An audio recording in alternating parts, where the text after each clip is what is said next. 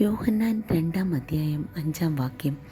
അവൻ്റെ അമ്മ പരിചാരകരോട് പറഞ്ഞു, അവൻ നിങ്ങളോട് പറയുന്നത് ചെയ്യുവിൻ. ഇന്ന് നാം ശ്രവിച്ച വചനത്തിൽ ദൈവമാതാവായ മറിയത്തിൻ്റെ ഹൃദയത്തിലെ ആഴമുള്ള വിശ്വാസം പ്രതിഫലിക്കുന്നു. ഇത് കാനായിലെ വിവാഹ വിരുന്നിലാണ് നടന്നത്. ആ വിരുന്നിൽ സന്തോഷത്തിനിടയിൽ ഒരു ചെറിയ പ്രതിസന്ധി സംഭവിച്ചു. വീഞ്ഞ് തീർന്നുപോയി. മനുഷ്യരിൽ സന്തോഷം തീർന്നുപോയ ഒരു പ്രതിച്ഛായയാണിത്. അപ്പോൾ മറിയം യേശുവിനോട് പറഞ്ഞു, അവർക്ക് വീഞ്ഞില്ല. അവളുടെ കണ്ണുകൾ പ്രശ്നത്തിലല്ല, പരിഹാരത്തിലായിരുന്നു.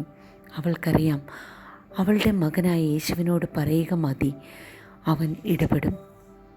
അവനൊന്നും ചെയ്തിട്ടില്ലാത്ത സാഹചര്യത്തിൽ തന്നെ അവൾ പരിചാരകരോട് പറഞ്ഞു, അവൻ നിങ്ങളോട് പറയുന്നത് ചെയ്യുവിൻ.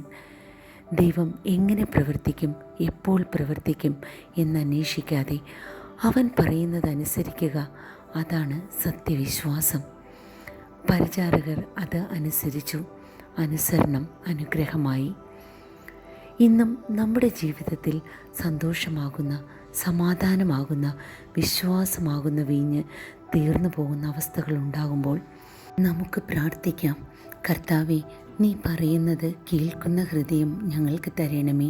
നിൻ്റെ വാക്കനുസരിക്കുവാനുള്ള ധൈര്യം ഞങ്ങൾക്ക് തരണമേ. അപ്പോൾ നമ്മുടെ ജീവിതത്തിലും കാനായിലെ അത്ഭുതം ആവർത്തിക്കും. ദുഃഖങ്ങൾ സന്തോഷമാകും. പ്രതിസന്ധികൾ അനുഗ്രഹമായി തീരും. ആമേൻ.